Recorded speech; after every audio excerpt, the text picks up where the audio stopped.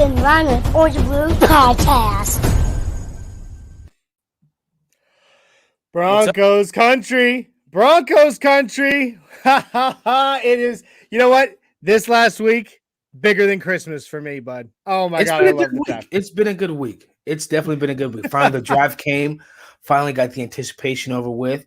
We made our draft, and now we're here to talk about it. We get to talk about the draft. What is it? It's been months. Finally, some new news. We've been speculating and trying to figure out what are we going to do. And while in some ways some of us are not quite as excited as others maybe about how the draft went, we're done at speculating.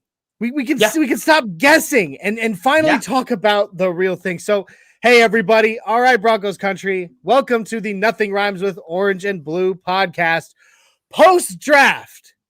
Wow. How's that feel? Oh, my God. 2021 draft is in the books, y'all. Yeah, we got a lot to talk about. We want to hear your thoughts, Broncos country. Do. Your questions, your comments, your concerns.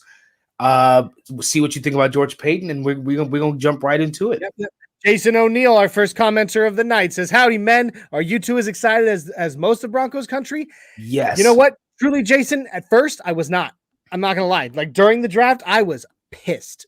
I mean, I was mad.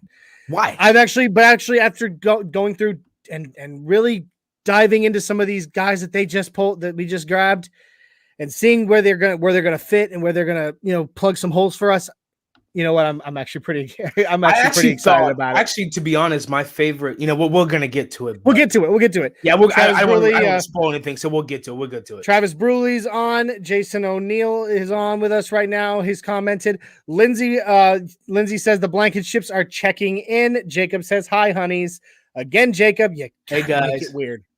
Jacob, Lindsay, AB. Sorry that we missed AB's birthday party yesterday. We were at work, both of us, so we couldn't make it. But we love her. We love you guys. We hope it was great. All right, so real quick, let's go ahead and get to it. Let's get this out of the way. If you like what you see, if you like what you hear, guys, subscribe. We want those subscribers. Give me some subbies, y'all. Come on, we want some subbies. Yeah. Share the video, okay? Here's the thing. I'm pretty sure most Broncos fans in Broncos country know at least one other Broncos fan, right? Probably. I mean, you're probably not completely alone in this universe. Share it. If you like what you see, send the video to your friends and be like, hey, check these guys out. Check this out. These guys have some good thoughts. If you think we have good thoughts, which I know you do. Share it out there, guys. Comment, keep the conversation going as we're going live, okay? Hit that notification bell. You want to, ding, boom.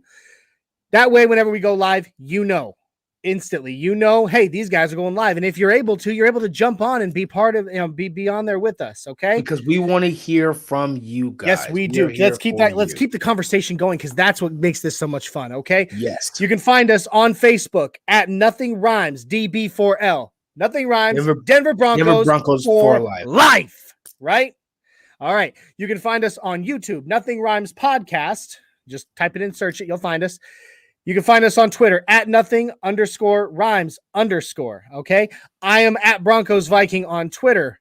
My partner over here is my best friend, Isaiah Henderson, at Word Over World with two underscores. You see the underscores. And last but not least, I just want to throw it out there. If you prefer to listen to just audio and you want an RSS feed, you don't want to be watching the video while you're driving or while you're doing housework or something, you can find us online at Nothing Rhymes, worangeblue.sounder.fm, or just simply go search Nothing Rhymes podcast or Nothing Rhymes with Orange and Blue podcast on Spotify, Stitcher, Google, and TuneIn on their podcast apps. Okay. And without further ado, let's get down to it. Oh man, here we go. We have a ton of comments. Talk about it. Yes, we have a ton of comments already built up. Off the top, let's just go ahead and get this out the way. Let's talk about it. He said it was a terrible draft. He's mad because we didn't get Justin Fields. We drafted a new QB. So you know what, Travis? We're just gonna hop right into it. Yep. I hear your concern. You share that with a lot of people in Broncos country. But this is my reasoning why, Johnny, and then you can go off after what I say. I think we didn't do it because George Payton is a lot more. When we got Terry Bridgewater, that should have said that. We got Teddy, did I say Terry? You said Terry again. You did it last week. I want to call him Terry. Teddy Bridgewater. When we got Teddy Bridgewater the night before the draft, that should have told Broncos country what We're it not was. getting a quarterback in And round one. And then George Payton even said so after. He said, "I love our quarterback room. Our quarterback room is set." He's high on Drew Lock. Remember, when it came to trading for Matthew Stafford, they asked for Drew Lock, and he was like, that kind of pushed him away. He was like, that was almost a deal breaker for him, was asking for Drew Lock. So you may not be high on Drew Lock, which is fair. But remember, we got Teddy Bridgewater, and George Payton said the quarterback room is set. So I think he's saying, you know what? We're going to give you a veteran backup. We're going to get you some depth. We're going to make sure you're protected in the offensive line. You have a full offseason, so let's see what you can do. And George that's Payton, Go ahead, Johnny. George Payton, he said it all. He has said it all offseason. He has said it. I mean, he's laid it out crystal clear, black and white, plain as day. That he, he is high on Drew Lock. He likes Drew Lock. And odds are, that Drew Lock would be the incumbent starter on day one. Now, granted, there is going to be Rich. I don't know if you're on right now. One of our partners in MHRT. There's going to be a quarterback competition. Don't kill me, Rich. He hates him. Yeah, Rich absolutely hates his quarterback competition. Mike doesn't think it works either. There's going to be a quarterback competition. Broncos here's the thing. George Payton, greedy. Yeah, and that's Broncos country's getting greedy. We got Teddy Bridgewater, and they want a new quarterback. Now, we're getting. Don't greedy, get me guys. wrong. Do not get me wrong. Do not mistake me. When we got to our pick at 9 in the first round, and Justin Fields was on the board, even I was like, "You got to take him. You got to." I would have been mad at the pick. I would have been mad, and I was asking for it. Yeah. At that point, I was like, "He's on the board. Take him," and we didn't. And you know what? That's why I'm not George Payton. Okay, I'm not. I'm Johnny Baki. I'm sitting in my man cave near Nashville, Tennessee. Okay, I am not George Payton. I'm not the general manager of the Denver Broncos. I mean, and he is in that position for a reason. Let's trust the system, his process, guys, because he got that job. He got that job for a reason. Okay, so let's Travis. It's okay to be upset because you share that with many people in Broncos country. So you know what? I'm not knocking you. It's your opinion. It's what you feel. I'm not knocking you for it. You share that with many people. Yeah. Let's just hope, because we're Broncos fans, let's just hope that not getting Justin Fields was the right decision, because we are, at the end of the day, rooting for the name on the front and not the name on the back. Amen. And let's remember, whether you like Drew Lock or not, whether you're like me and absolutely love Drew Lock, or whether you're like, I'd say about 30% of the rest of Broncos country who just absolutely abhor the existence of Drew Lock, he is still our quarterback. He is still in orange and blue. Like Isaiah said, the name is, the name we should be rooting for is on the front, not the back. So let's give him the support that he deserves, at least for the sake of the fact that he wears orange and blue. All right, Broncos country, it's okay to have adverse opinions. Yes, we're here for it. And those opposite opinions, those are what make this community so great. So Mo Bad in the building. Mohammed in the house. Hey, that's your new nickname, Mohammed. Mo Bad. Mo Bad. I like it. Mo Bad. You heard it here first, folks. Mo Bad. What do you think, Mohammed? Let us know. Mundungus, our godfather, mowing down the grass like the Broncos are going to mow down the Raiders, who really suck at drafting. Yeah. He's not wrong. I think the Raiders are more of a free agency team and not a draft team, because it seems like they never build for the future. They always just build now. They just it's all about now. Yeah, just get this guy. John Gruden. Mike Mayock makes the picks, but he does them for John Gruden. John Gruden can afford to. Dude, he's on he signed a 10-year contract. He's like only year 2. I mean, he was making millions as a broadcaster. Now he's making millions as a coach. So he's just figuring out what he wants to do with his life. He's on year 3 of a 10-year contract. He's not going to get fired. Yeah, he's. You know what I mean? If they do, they have to pay out the rest of his contract. So going down my beautiful wife, she's dropping hers in there for a second. Where did it go? I lost it. Oh no! Yeah, it moved up. It jumped on me, dude. Oh my god! We just had enough commenters for the comment stream to jump. I thought about that at the same time. I was like, that's weird. Do you know how real that is? It confused us. I'm so excited. My beautiful wife says, Jack says you're watching them. Go Broncos. We got new best players straight from his mouth. That is from my 6-year-old, y'all. My 6-year-old says we got best new players. What's up? Kale Wright, welcome to the stream, brother. Nice to meet you. Welcome. Kale Wright says depth is going to be insane on the defensive end. Insane. And Patrick Surtain really was. And I've never in my recent history of actually paying attention to football and the Broncos, I've never seen someone draft someone not to start day one, but just strictly for depth.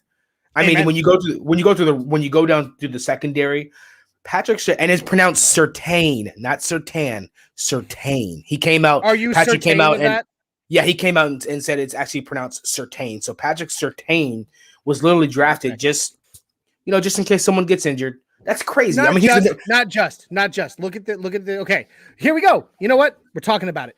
First round of the draft. Broncos did not trade up like a lot of Broncos country was pounding the table for, and we did not trade back for more picks like a lot of Broncos country was pounding the table for. What did we do? We stayed at 9, and George Payton went with a very safe pick. Yeah, I mean, don't get me wrong. I'm not against the pick. Now, was I screaming for Surtain? Was I screaming for Surtain all along? No, there was another quarterback that I liked better, but that was because of scheme fit. However, Surtain is such a naturally gifted player that I believe he can learn it. He can learn it. I believe he was never even on my board, and that's not because of a lack of a talent. It's because we all went for Caleb Farley because of his athleticism, and then he got injured. He was a better scheme fit, and he was a better scheme fit. I think he dropped down to number 22 because of that. Actually, my wife's team actually got Caleb Farley, but George Payton said he was number 1 on his board. Married to a Titans fan, you should be ashamed of yourself. I tried to get her to come over, but she won't convert. No, she won't. It wasn't easy as it was converting my wife from the Steelers to the Broncos. I'll tell you. Yeah, I mean, I love the Broncos, but I love my wife more than the Broncos. So anyway, yeah, George Payton said was number 1 on his board. I didn't know that, and he got his number 1 guy. I did not know that. And none of us knew that. Here's the thing. You know, like it or not, Vic Fangio is our coach at least for this season, right? Yes. So they're going to be drafting. George Payton and him have actually gotten kind of weirdly tight. Yeah. Saludos. What's up, Don? How you doing, brother? So, they've gotten kind of weirdly tight. Like there's like a weird bromance going on between George Payton and Vic Fangio. So he drafted, I guarantee a lot of these picks, whether even though he said it was all about best player available when he picked, I guarantee a lot of them, he had, Vic Fangio had his ear, and Vic Fangio was probably saying, I want Pat Surtain. Well, you know who also was in his ear? Pat Shurmur. The reason why I say that is because I think the second pick, which actually might be my favorite pick, Javonte Williams. Yeah. And one of my mock drafts, I drafted him. That's actually tell us what you think, Broncos country. I actually like that pick of that running. I mean, we knew we were going to get a running back to replace Phil Lindsay, but I think Pat Shurmur had his hands in that. I was gonna say go here real quick. Yeah. So, going back once again, because I know this is gonna be like the number one thing on everybody wants to talk about it, because all anybody ever wants to talk about in Broncos country is the quarterback situation, right? I mean, we know that. So going back to why we didn't select a quarterback, Mundunga says it here. Peyton wanted Lance. He wasn't high on Fields. The Bears they're terrible QB evaluators, and they traded up for Fields, so maybe we dodged a bullet. Because I agree with that. That's true. That's true. Look what happened with with them picking Mitch Trubisky. I mean, did that go well for them? I don't think so. I think Lance was actually higher on a lot of people's boards, and a lot more people wanted Trey Lance. That's why in San Francisco. Yeah, I agree with Mobad. That's right. We're gonna remember it. It stamped it, trademarked. You, Muhammad Badri, from this moment on Nothing Rhymes with Orange and Blue. You, sir, are Mobad. Yes. All right. I'm good. You Mobad. Mo says, I wanted Trey Lance, but he was gone. I would have drafted Slater at 9 or moved back for more picks. There was still some good cornerback late in round 1, and I could not agree more. I said it last week, Mo. I wanted Slater. That was my number 1 pick. It didn't happen. Yeah, you know what? And here's what? Oh my God! Now I got to talk about it because I'm having a Vietnam flashback. No, that's not even it. I'm having like a flashback here. Okay. As upset as I was that we didn't pick Fields when he fell to us at 9, the thing in this draft that made me more angry than anything is when we didn't draft Slater, and then our own division rival in the Chargers got him.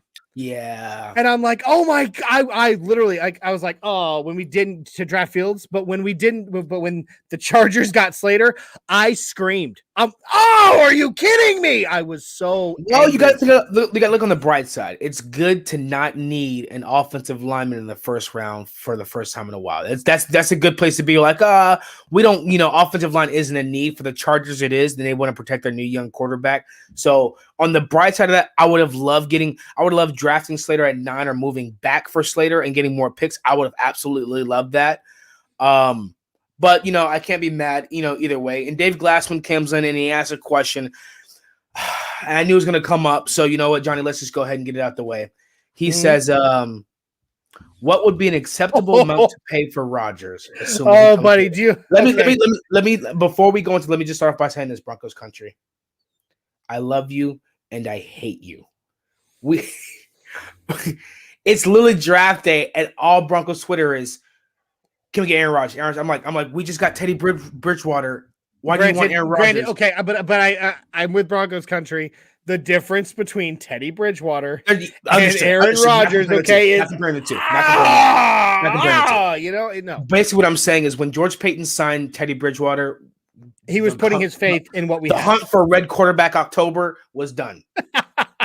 The hunt for Red Quarterback October was done. Now, there's been talks and rumors, but the GM definitely said there's zero chance Aaron Rodgers is going to leave. Now, maybe he just wants to hear a better offer. Yeah. But let's answer your question, Dave. What would be an acceptable amount to pay for Rodgers, assuming he becomes available? Now, because our roster's stacked, and because I believe I have my misgivings about our offense because I think our offensive receiving core is a little inexperienced for deep playoffs. But Aaron Rodgers, I'd say I'd give a couple first round picks.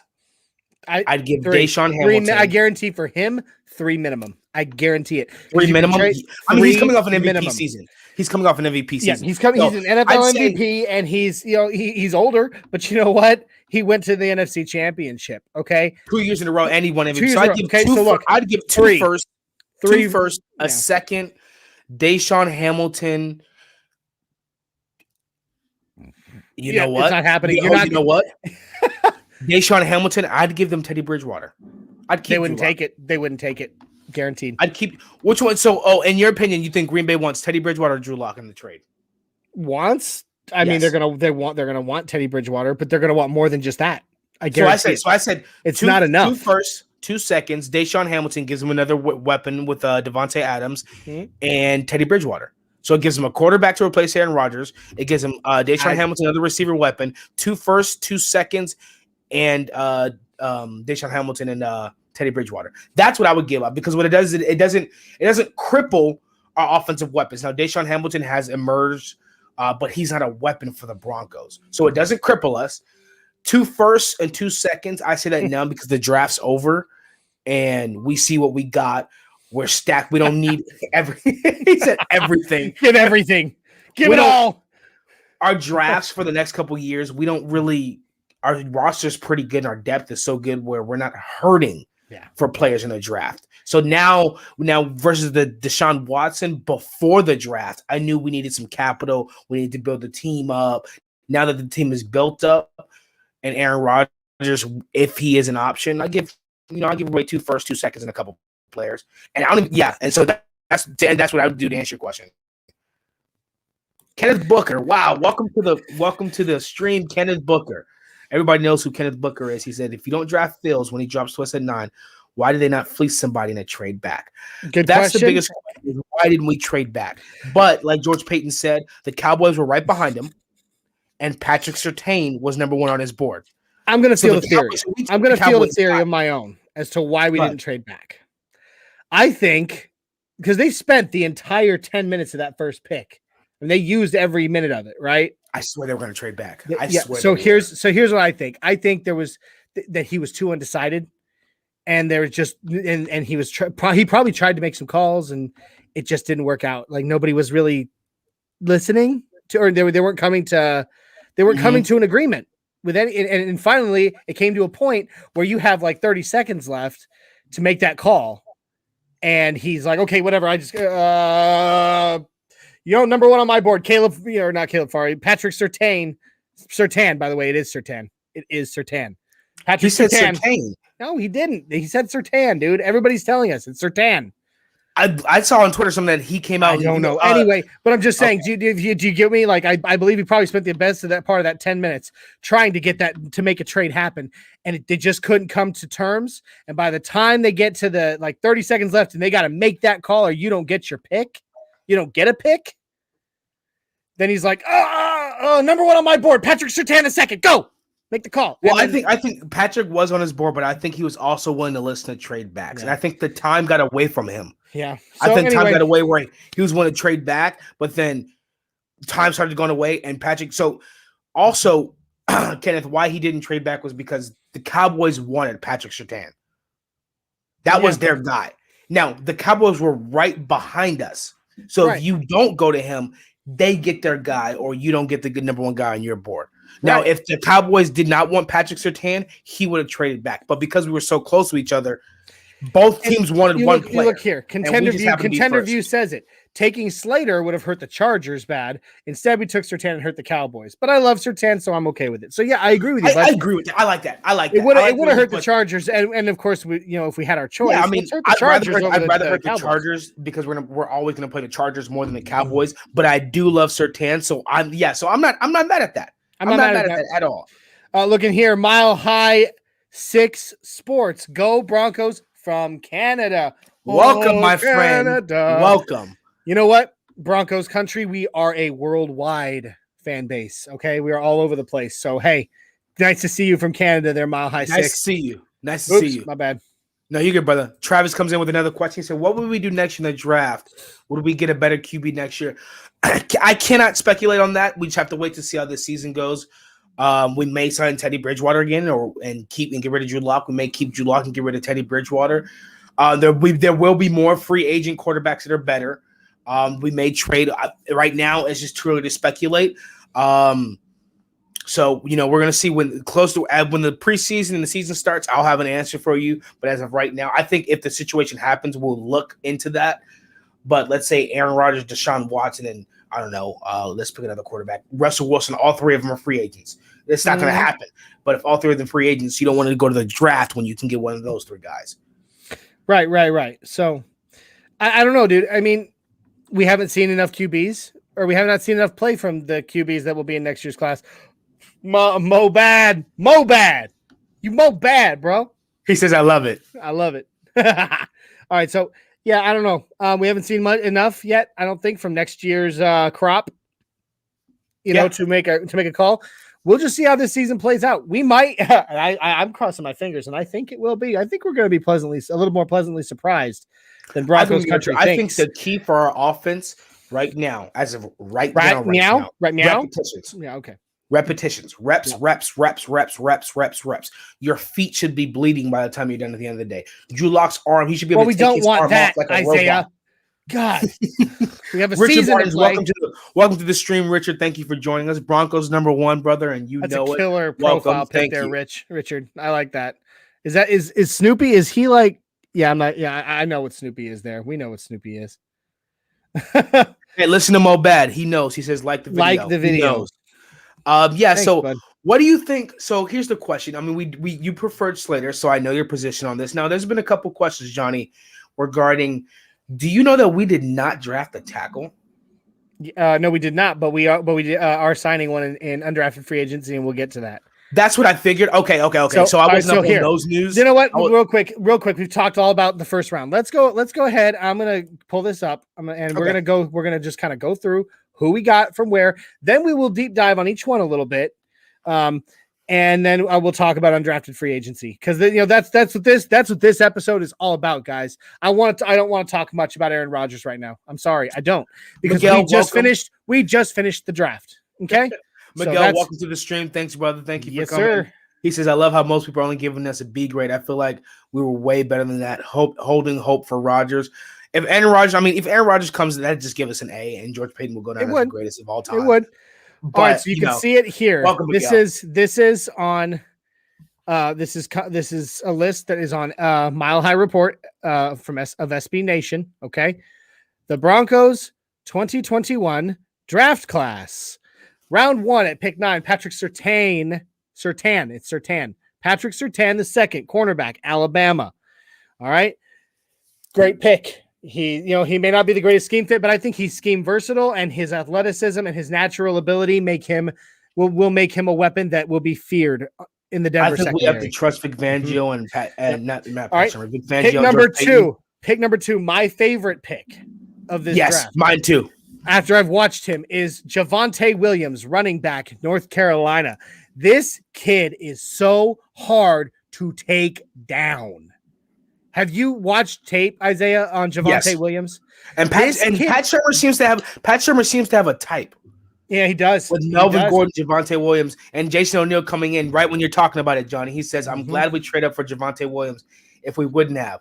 See, I'm glad we traded up. When I saw that, I was surprised. But, a lot of people had that in the mock draft, and that's just perfect. That was just a perfect pick. To me, that's an A. That's a good pick, Johnny. And Jason O'Neal comes in right as you started talking about it. Agreed. Absolutely. And so, so that there's that. I love it. He is so hard to take down. He breaks tackles like it's his second nature is to not get taken down. You know what I mean? Kenneth Booker came in, and I have a new favorite pick, and I'll wait till you get there. I have a new favorite pick. I already know who you're talking about. We'll get there. Number 3 was Quinn Miners. You know what? This one was kind of a dark horse. Yeah, this is a doozy. I didn't really even know much about this kid. When we picked him, I'm sitting there. I was actually texting Mundungus. I was texting with Mundungus and the guys at the from all of our MHRT buddies at that time, and I'm sitting there scratching my head like, who? Yeah, I saw that. I was like, Quinn. Hey, Johnny, zoom in on it a little bit so we can see it better. Right. Hold on. Yeah, what's the name of the college that he went to? It's University of Wisconsin Whitewater. So it's kind of like how you have it's an offshoot of the University of Wisconsin. It's a smaller, smaller school. And in fact, here's the kicker when it comes to Quinn Miners, which this kid is built like a brick what house. Okay, this kid is like corn-fed Iowa farm boy, chimpanzee strong. Like this guy is strong. And here's the thing: his entire football program at Wisconsin Whitewater was shut down due to the pandemic for the whole season. But he got his invite to the pro day. Or to the Senior Bowl, rather. Sorry, he got his invite to the Senior Bowl.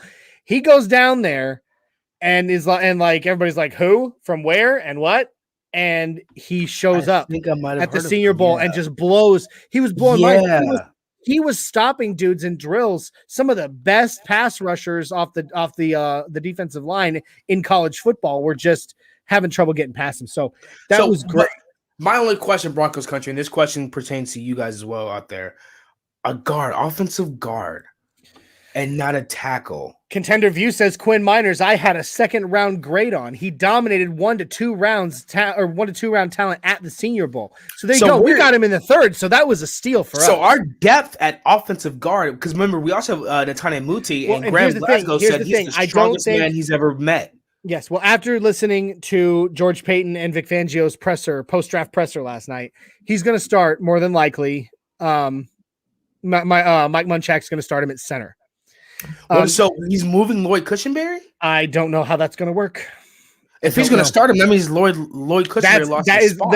I don't know for sure, but at their post-draft presser last night, he showed the most at center during the Senior Bowl. So they actually said the word Munch, and referring to Mike Munchak is going to start him at center. Well, it looks like we're going to have a quarterback and a center competition. Yep. Well, I don't know if it's going to be competition. From what I've understood, I don't think they're just going to give him from him. I don't know. We'll see. But either way, it was Glenn Hauser says Miners knocks down trees like Mundungus knocks down Slim Jims. You just that's funny. That's funny. All right. Kenneth Booker comes in as soon as you say this next one. Okay. All right. A lot of people love this pick. So number 4, we picked Baron Browning, linebacker, Ohio State, the Ohio State University. Do you know how many people on Broncos Twitter were talking about Jabril Cox and Baron Browning as a linebacker? We got the pass coverage linebacker, and this is the one most of Broncos country wanted. So I changed it from Javonte Williams to Baron Browning as my favorite pick. Kenneth Booker says Baron Browning was the best value pick, and Here's the thing. He's going to need work in pass coverage. Yeah, he's raw there. I think so. You think Justin Sternado get the nod over? I don't know. Browning? I think Justin Sternado missed the whole season too. So yeah, I think they're kind of starting out on an even playing field. But here's what I feel. I've watched his tape. He's got long arms. He's fast. He's explosive. He's gonna be great. I'm absolutely excited about Baron Browning. I do know from what I've read from a lot of analysts on ESPN, Sports Illustrated, they all say he's a little raw in the pass coverage, but he's got the talent that they're not worried that he can't learn it. He just needs to be molded. He does. My next question is, what's his for Baron Browning? Because I need to go back and watch more film on him. What's his size? What's his measurements? Oh boy! You know off the top of your head? If you don't know off the top of your head, it's hold on. No. I just keep talking about him. I'm gonna pull something up. Mundungus comes in. Mundungus Creevy comes in. He says Browning for best value pick. A lot of people agree. I would argue that Miners was the best overall pick. So best Baron Browning versus best overall. Yeah. So Baron Browning is 6'3", 245. That's typical outside linebacker size between 6'3" and 6'4". Now my thing is, hey, let's get him out there. Can he guard Darren Waller and Travis Kelce so we can stop getting beat up by these tight ends? But you know what? That's crazy from Mundungus's comment that Miners was the best overall pick. And I think I can speak for all of Broncos countries. I think that offensive guard or center was not what we were quote unquote looking for or expecting, but yet people are coming out and saying that was the best pick. Excuse me. So clearly there's something about this dude that I personally don't know that I'm gonna have to do some more research on because Broncos country seems to be loving that Miners choice. Shadow Jacker, it's good to see you on there. Contender View, it's good to see you on there, guys. Welcome. I'm really excited to see all these names popping up. Yes, everybody, welcome on our live. Bob Skinner, nice to see you. Dave Glassman, you've been with us 2 weeks in a row. It's great to see you too, my friend. I'm going to pull this up just because this one made me laugh, and I'm pretty sure that means that Mundungus wants me to do the voice. So, in response to Glenn's comment about Mundungus snapping into Slim knocking down Slim Jims, Mundungus says, "Snap into a Slim Jim." Oh yeah! What is that? Oh my God! You're so young. Is he your new best friend or what? Because you guys have 8 inside jokes, and I'm not on. That's not an inside joke. Anybody it's bothering me. It's because we're old. It's because we're old. That's why. Okay, never mind. Then I don't want to be in that. Snap into a Slim Jim. Oh yeah, that was Macho Man Randy Savage doing the Slim Jim commercials from WWE. You guys can be WWE superstar Macho Man Randy Savage. Snap into a Slim Jim. Oh yeah, he was all. That was his thing. Anyway, that's because we're old. All right, shut up, Isaiah, you young buck. Anyway, all right. So Baron Browning, I'm really excited about. I'm really excited about Quinn Miners. I'm really excited about Javonte Williams, and I'm actually now that I've had some time to get past what could have been, I'm really excited about Patrick Surtain. So now we're moving on into that does it for our premium rounds, right? 1, 2, and 3. All right. I have to bring something up. That Richard said, and this is actually a good point that none of us has talked about. I'm glad we have somebody in the stream that thinks outside the box. If nothing else, our special teams will be greatly improved. Yes, our special teams last year wasn't as bad as it was in 2019. It was terrible in 2019, but that's definitely something we need to improve on. Is our special team with Baron Browning, Patrick Surtain, Justin Sternad coming back, Isang Bassey, Duke Dawson. Yeah, our special teams would definitely, especially on kickoff and punt coverage, our special teams would definitely be improved. So thank you for bringing that up. Go ahead, Johnny. Sorry about that. No, it's fine. That does it for our first, second, and third rounds, right? So that's our premium rounds, blue chip players. That's we've reached that with Baron Browning. He was the final pick, I believe, final pick of the third round. All right, so now we move into day 3. All right, so 4 through 7, rounds 4 through 7, and so after Baron Browning, we picked up Caden Stearns. We picked up back-to-back safeties. Yeah, I saw 152, 164. And when asked about why we went with back-to-back safeties, Vic Fangio's answer was that's just how the board fell. That was what does that mean? Basically, but between 152 and we picked Caden Stearns, other players that might have been on our board in between got picked, and by the time it got back to us at 164, the highest player on our board was Jamar Johnson, safety out of Indiana. So that's what he said. It was about, he said it's how the board fell, but best player available. Caden Stearns, Well, I can Lamar guarantee Johnson, if two those two gentlemen safeties make back the to team, back.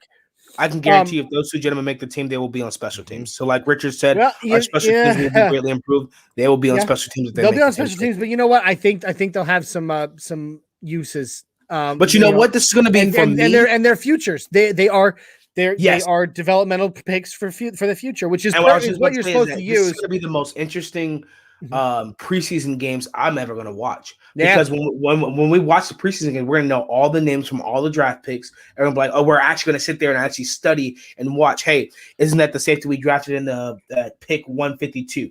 Oh, that's the real safety. Quick, buddy. I just want you to see this. I want you to see it.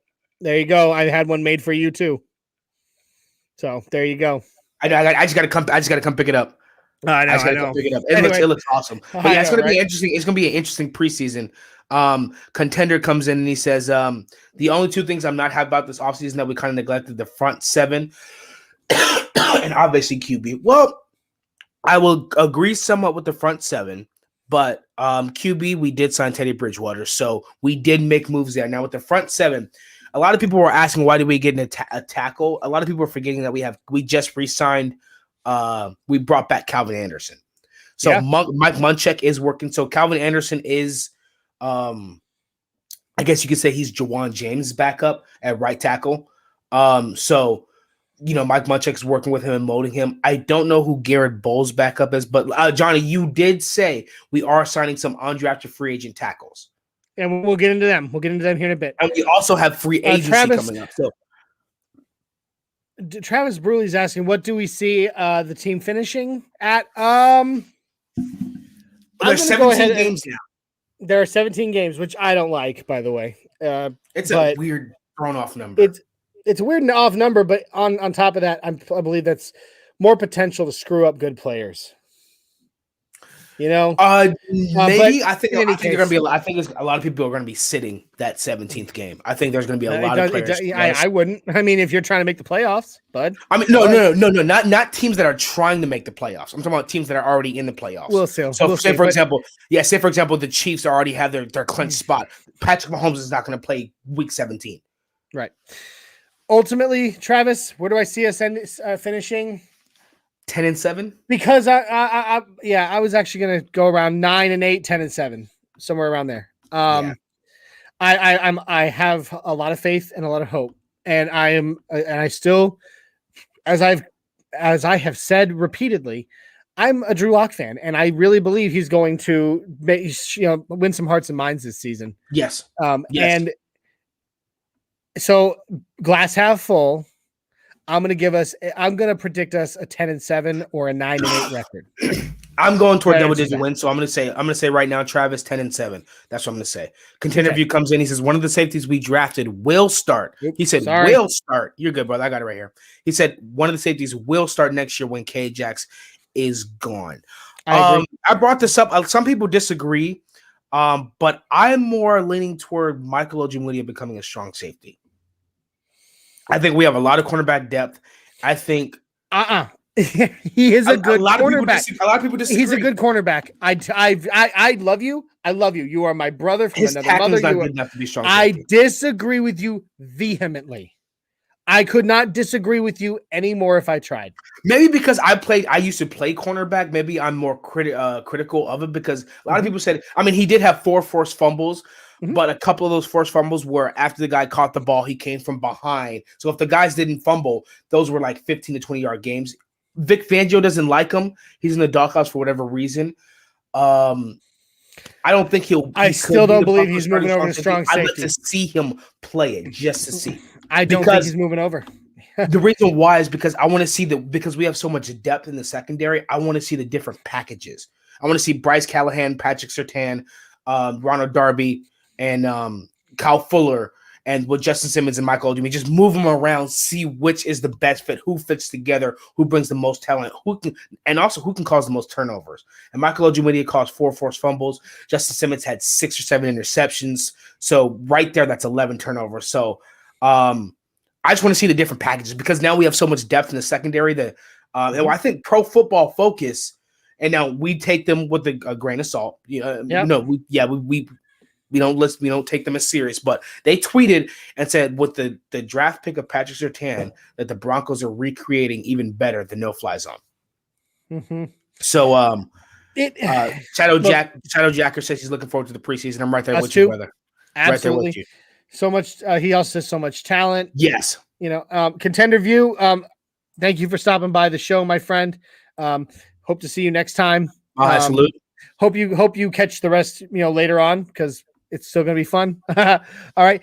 Travis asks, how can we beat Vegas and Kansas City? I think, starting with Kansas City, I think, and I think we realize this, and I think the rest of the NFL realize this, and I think the Kansas City Chiefs realize this, but it's the same thing that every team has done.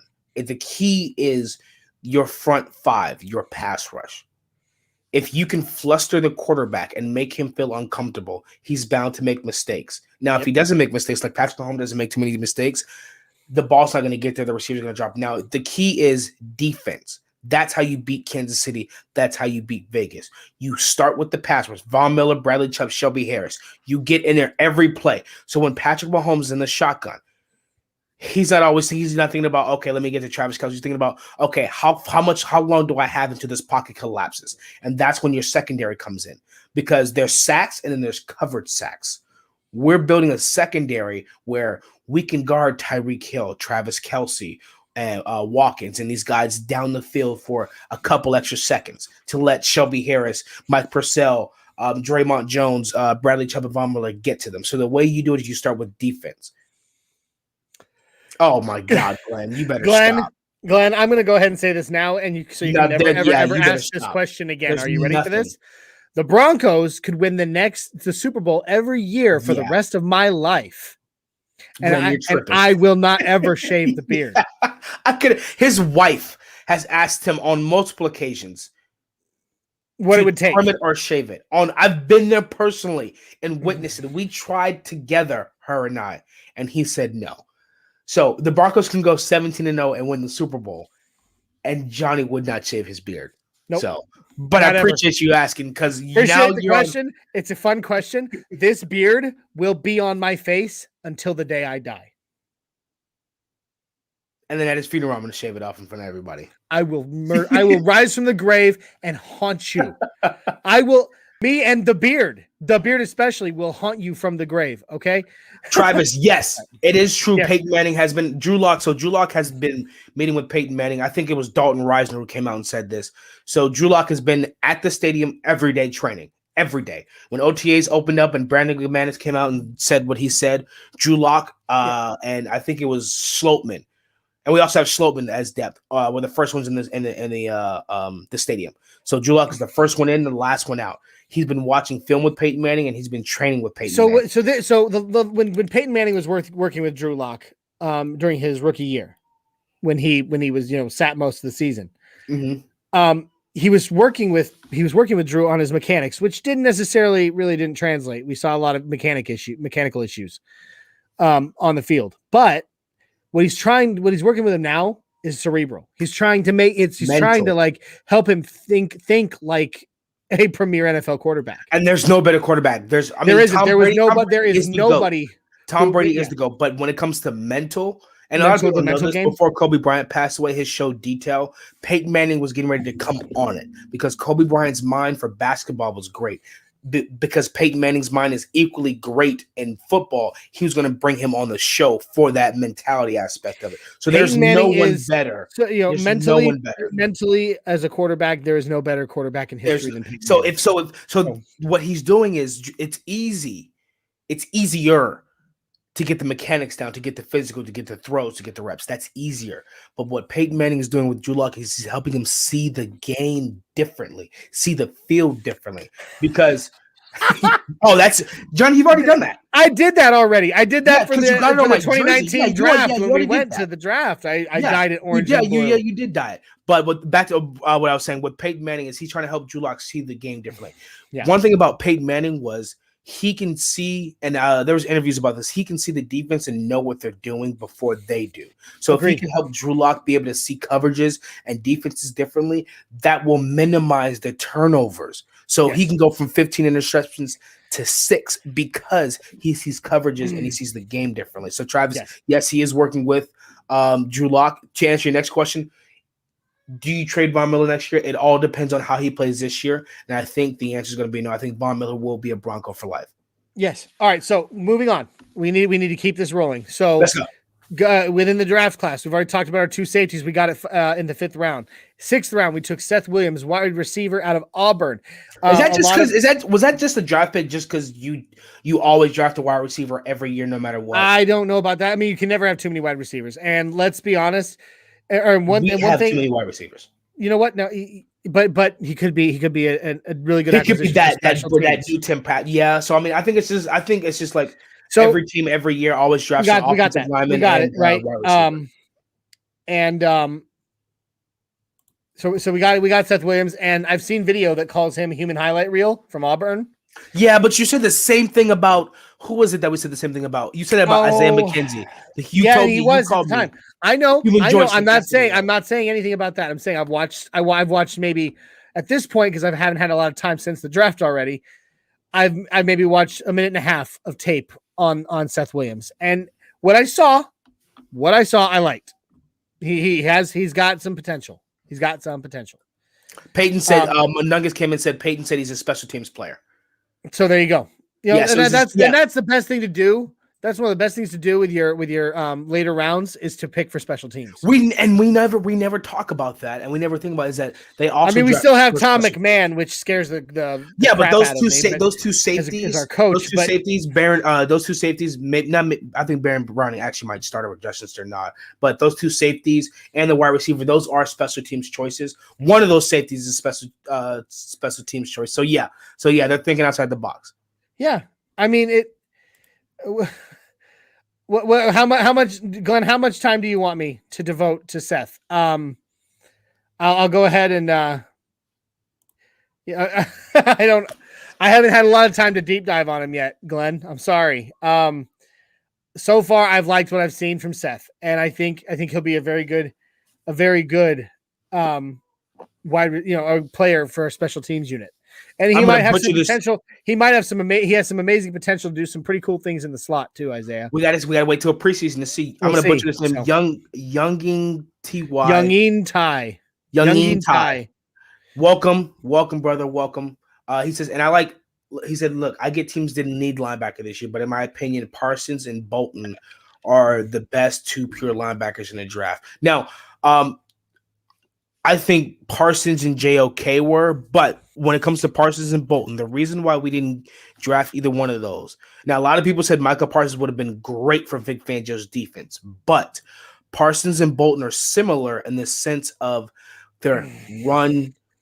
Parsons blitzed from the inside linebacker, and Bolton was another inside linebacker. We have A.J. Johnson and Josie Jewell. The linebacker we needed was a pass coverage linebacker, which is why we drafted Baron Browning, because we already have running hard-hitting linebackers who remember that hit Josie Jewell put on Derrick Henry. We already have thumpers, 2 down, 3 down thumpers to stop the run game. Parsons and Bolton are both thumpers. Parsons is a little bit better at pass coverage.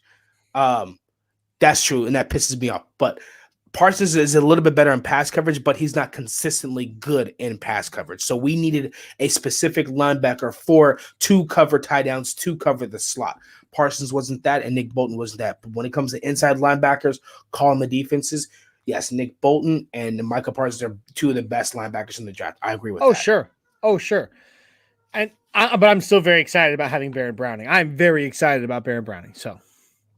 All right, so Travis says, when do we get new partnership and new ownership? I think that's coming up in July. It needs to happen. I think they're going to have to figure out a way to make it happen before. Yeah, so I think before the season starts, that will get taken care of. Otherwise, I think we're starting low and going high. So I think we're starting with a new GM. John Elway is now just president of football operations. So I think they're starting low and getting higher. And I think before the season starts, it's all going to come together. And they're going to have the team they need. So I think definitely before the season starts. I agree. All right. So now moving on, Kerry Vincent. In the 7th round, we took cornerback Kerry Vincent from LSU. He is a great cornerback. I think he fell quite a bit, and I don't know why that is. Maybe some of our guys at MHRT that are in the stream can help me out a little bit. I don't remember why Kerry Vincent fell. I think he had higher draft stock, and for some reason he just kept falling. Either way, what I have seen of him from my, like I said, I did a lot of research on the premier round caliber players.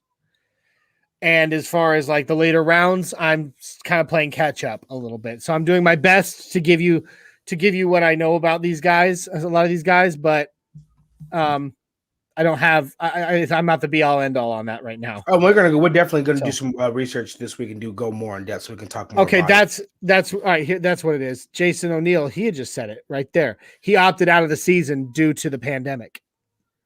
He said the thing we can't say. You can't say it, Johnny. We can say it. We're not monetized yet. Which, by the way, if you guys subscribe, the more the subscribers we get, y'all, boom, monetization. And then we can't say it, and then you can laugh at us. Okay.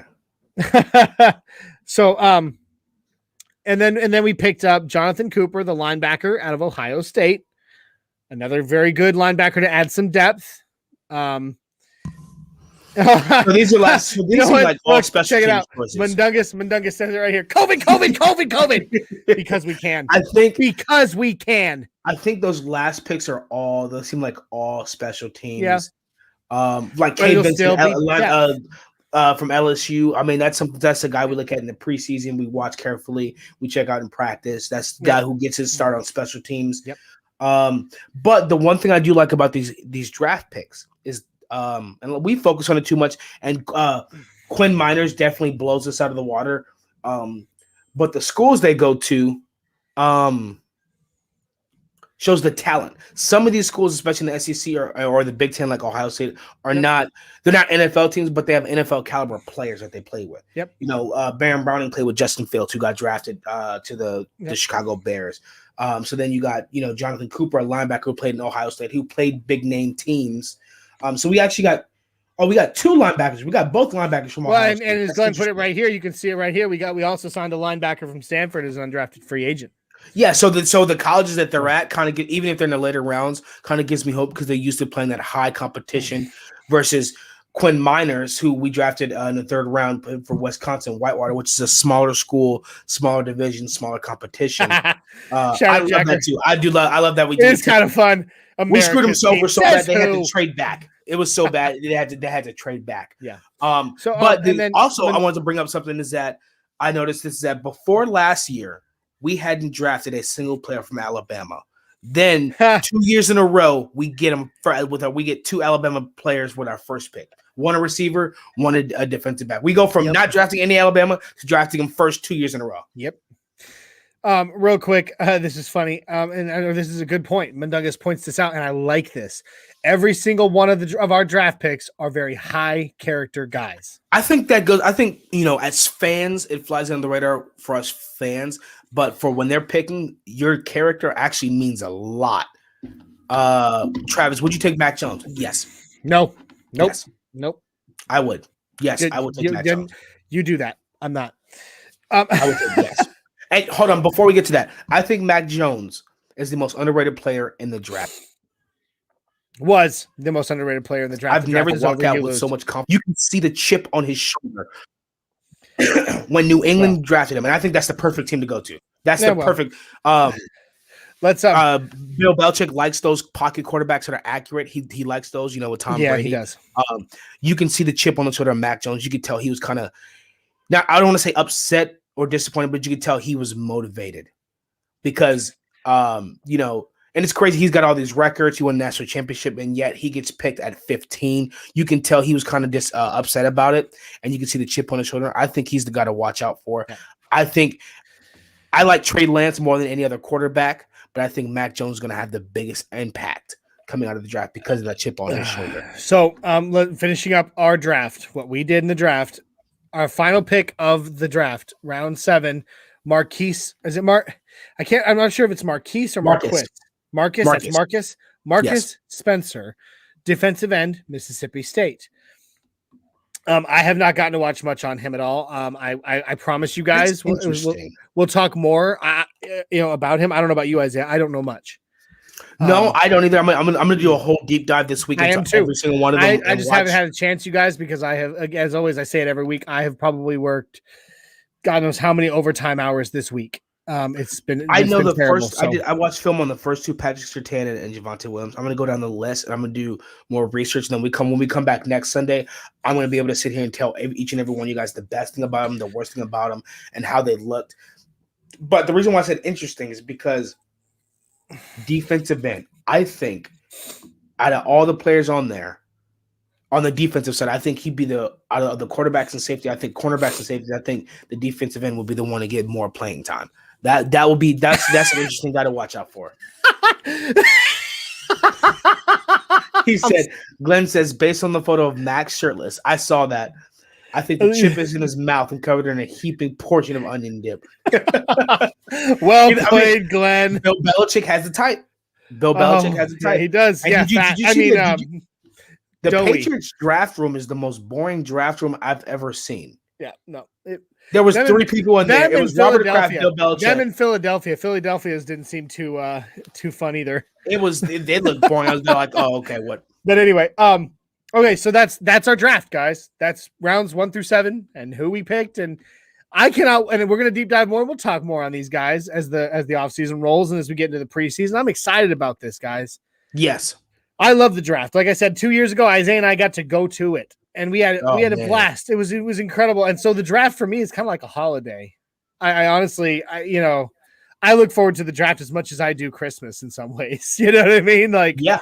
It was, so I'm glad. I'm sad. I'm happy it's over. But at the same time, it's like, oh, now we have to wait a whole other year for the draft. Well, now the next thing is I want to see. I think that George Payton, I think now is where George Payton makes his money. The draft is where you make your money, but I think now, between now and the preseason, is where you make your money because people fail to forget free agency is still open. All right, this is where you start getting those guys at those guys that people forgot about, and you get these free signings. Everybody watches the draft, not everybody watches free agency. Now George Payton go out there and get that tackle. That other tackle, the undrafted free agent tackle. Well, here we go. I'm bringing it up right now. Perfect timing. Speaking of free agents, on Bronco, this is the list, and I don't know much about a lot of these. Are these who we sign, or is this who we're looking? These are who we are signing. Nothing's been inked yet, but per sources, these are the ones that we have made. We have come to terms with, and now we just have to finalize. Interesting. All right. So Broncos undrafted free agent tracker. We're taking a guard from Air Force, Nolan Laufenberg. I don't know much about him. Colorado State fullback. He might actually make the team. We're taking a fullback. Adam Prentice. I've seen a few of him, a little bit of him. Watched him in college. My grandparents are huge. My grandparents are Colorado State alumnus, and I watched some games with my grandmother, and I've seen him play. Well, he'll be the first legit fullback since we got rid of Andy Janovich. Yes, he will. Andrew Beck was our fullback, so he might actually make the team, and that'd be interesting to see a fullback with Javonte Williams and Melvin Gordon in the backfield. Agreed. That'd be a nice goal line. That'd be nice for goal line. This undrafted free agent here is the one that I'm most excited about. Did you watch film on him? I've watched a bit. I've got to watch more, but I can tell you right now, based on his size alone, that he is going to, he's going to be a force to be reckoned with. You think Illinois State offensive tackle Drew Himmelman? Finally, I remember Mundungus lost his mind. He's like, "Finally, a tackle!" When it was announced that we were going to be taking him undrafted. Himmelman is 6'9", 320 pounds. So he's the same size as DeMar Dotson. Yeah, he's huge. Animal. The one thing that they've said that I've heard is that he has some balance issues. He's kind of top. He's kind of top heavy. He's easy. Sometimes he's been easy to knock over in the past, but they believe that he's going to be that he's going to develop very well. So that means that we have. So is he left or right tackle? He will play. He's best at right. Mm-hmm. Does that mean they'll probably? So if he's Jaron James backup, that means Calvin Anderson's probably going to be Garrett Bowles backup. Possibly, I don't know about that, but I know that what I read said that he has played both left and right, and he plays better at right. So, look, yeah, that's kind of funny. Where was it? There it is. I lost it again. There we go. A 6'10" Mexican called Himmelman tiny. All right, Adon. We get it. You're tall. All right, we get it. Too tall. And yeah, I'm really excited about it. One thing I said to Boggins, to Mr. Boggins, via text was he was talking about how big that guy is. 6'9", 320. That's a big guy. I said, you know what? He might not even have to actually really do any blocking. He might just have to stand there, and by the time the edge rusher gets around him, the play will be over. That's that may be why DeMar Dotson was the same size and he didn't give up a sack. So that'd be great. I'm excited about that undrafted free agent pick. So that does it for Drew Himmelman. We are also going to be signing Temple wide receiver Brandon Mack, Iowa tight end Sean Byer, Stanford linebacker Curtis Robinson, Carolina A&T cornerback Mac McCain III. Interesting, North Carolina A&T. My wife. Now we know you and I know this one. Edge rusher from Vanderbilt, Andre Mintz. How do we know him? I guess you haven't watched any of Vanderbilt, even though we live right here, 20 miles from Vanderbilt. Anyway, another Colorado State guy. We got. Yep. Warren Jackson. He's gonna develop into one heck of a wide receiver. I truly believe. And I think somebody else mentioned that. Where is it? I think it was Kenneth Booker. Yeah, here we go. Warren Jackson from CSU could develop into a red zone threat. Interesting. So is he like another KJ Hamler? Similar. Okay. Mm-hmm. Similar. So I think so out of this list, in my opinion, I think the guys that we keep, because not everybody's going to make the 53-man roster. Now remember, Philip Lindsay came off this. I think Chris Harris Jr. did as well, undrafted free agent. So I think Drew Himmelman. Yep. Adam Prentice. And if I have to go through, Glenn has real quick while you're thinking. Glenn has a question for you. Oh, John, you're gonna love this. Hey, Glenn. Okay, so I think it was. I'm not sure if it was Christmas or my birthday, but Johnny got me so 23 was my number in high school. I always wore 23. It's also a personalized. It's a custom jersey, so it's got my last name on the back. So I think Johnny got it for me either Christmas or my birthday. One year it was Christmas. It was Christmas. Yeah, it was Christmas. It was a custom jersey. My wife got me my custom jersey with my high school number on it and my last name, and yours. It was awesome. Yes. So yeah, it's my number with my last name on the back. So there you go. That's what that is. Let's finish these guys. But I think the offensive tackle, the fullback, are the two people that I feel for a fact are going to stay on this. So the offensive tackle, we'll see. I don't know for a fact that a fullback will. So Drew, you said in college, fullbacks right now do not really thrive in Shermer's system, but they're underrated. They're underrated, but they don't thrive in his system. Therefore, he is still our OC. As much as that pains me to say, he's probably not going to utilize them very much. So there's a good chance that he will be used in special teams more than anything else. I'm not 100% sure. Wait, Warren Jackson is 6'6". Yeah. Oh wow. So he's fast. I mean, like I meant like KJ Hamler. I would compare him to having for his size. He's got speed. He seems to be able to get good reaching passes. He's 6'6", so he's like a Tim Patrick. Yeah. Okay, so right here, he seems to really haul them in the red zone. So Calvin Anderson is there. I like that. Mundungus says that compare him to Olandis Gary. Okay, so Calvin Anderson is Garrett Bowles' backup.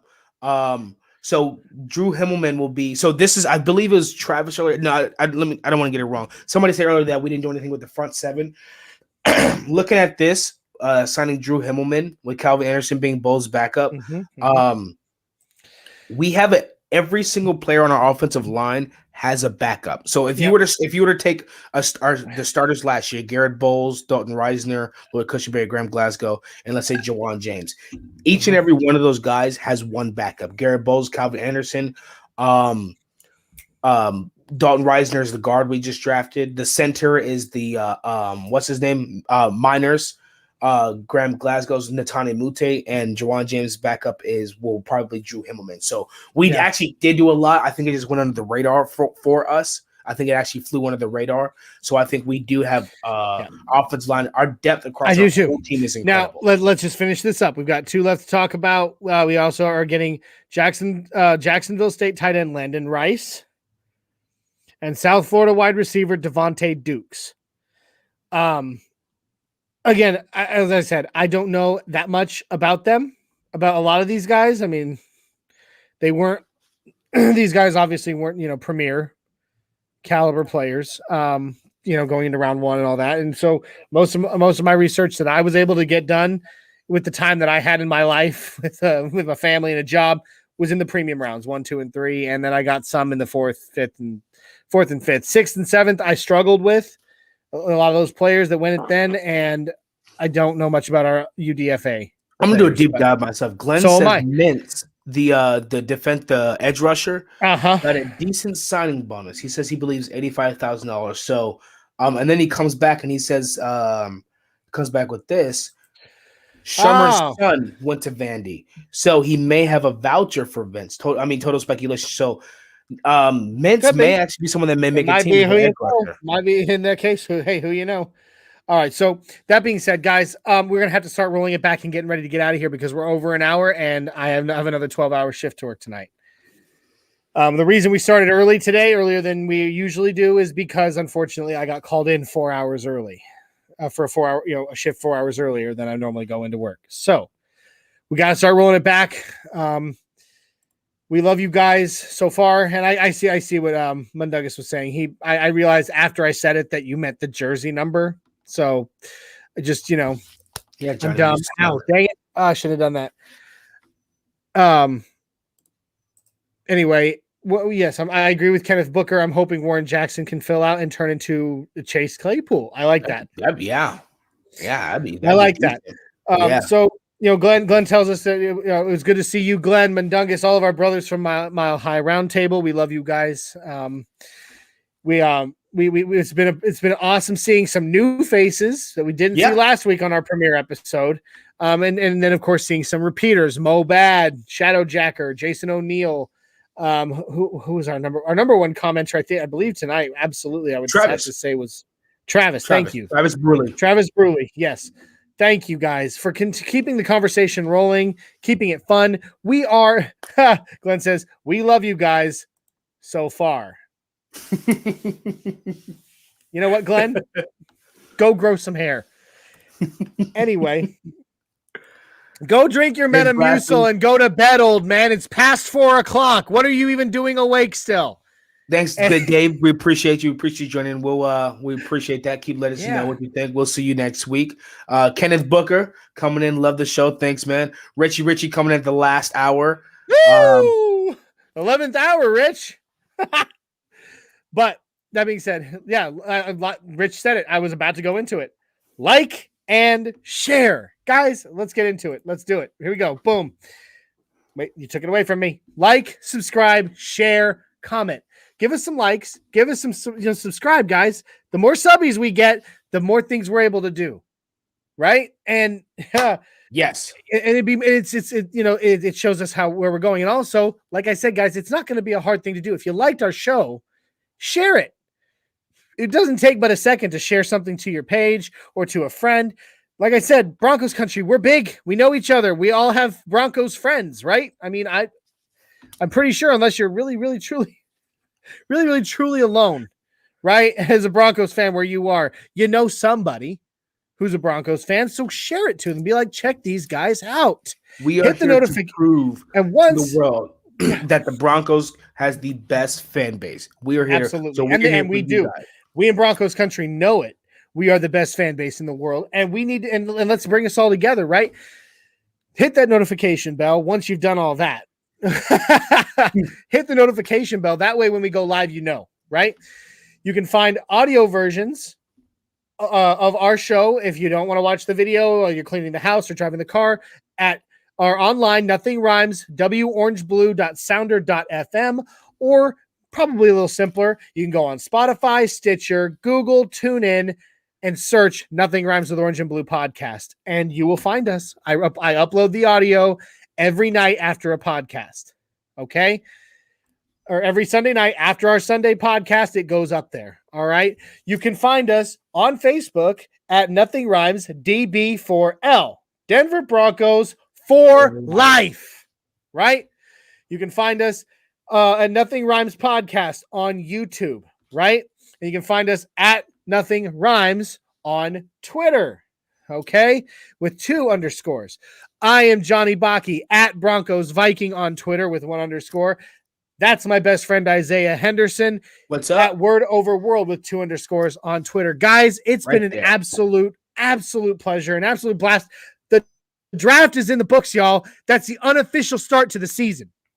It begins now. Now it's time to get to work. Now it's time to get to work. Now it's time to get to work.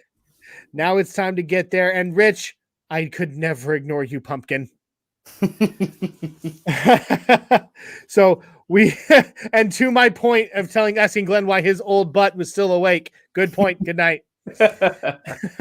We love you guys. We love you, Broncos country. Isaiah, you ready for it? We're going to do it. All right, ready? My high five.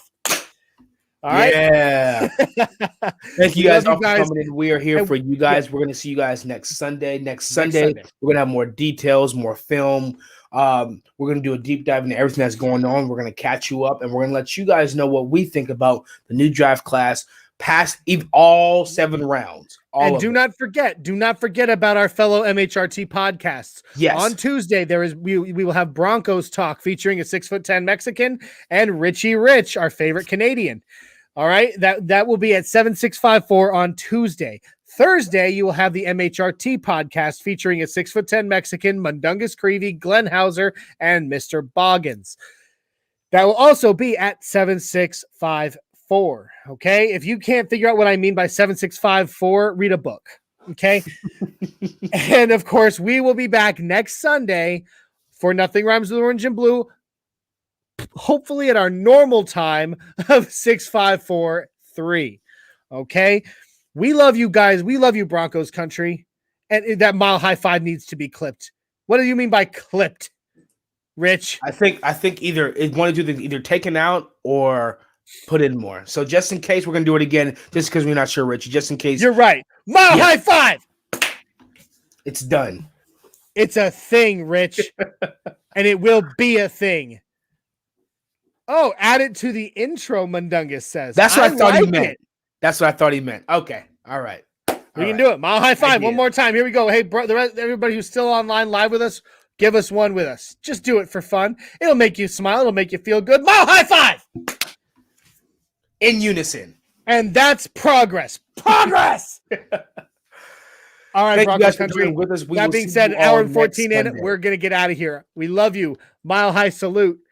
And we will see you next Sunday.